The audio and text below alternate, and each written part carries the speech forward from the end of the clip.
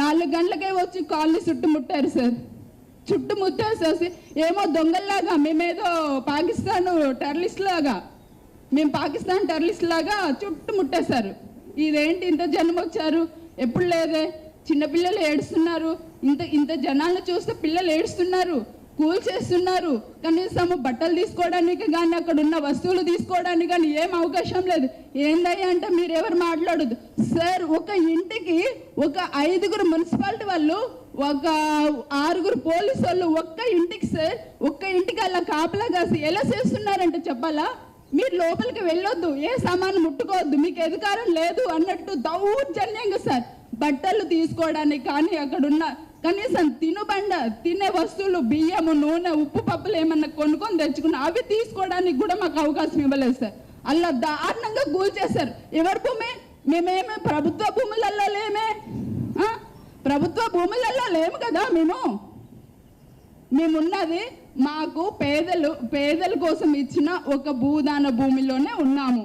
అది మా భూమి. మేము ఉండే హక్కు మాకు ఉంది. మేము నిజమైన పేదవాళ్ళం. మేము పేదవాళ్ళం కామని వాళ్ళంట చెప్తారండి. వచ్చి సర్వే చేసిరా ఏ రోజైనా కలెక్టరు కిటికీలో నుంచి ఇలా చూస్తే కనిపిస్తుంది మా కాలనీ. కనీసం అక్కడికి వచ్చి మా కాలనీ అలా వస్తుంది కదా, కనిపిస్తుంది. ఏ రోజైనా వచ్చి మీరు నిజమైన పేదవాళ్ళ కాదా ఏ రోజైనా చూసాడా? ఈ రోజు పేదవాళ్ళు కాదని ఎలా చెప్పగలుగుతాడు? మాకు ఇదంతా తెలియదండి.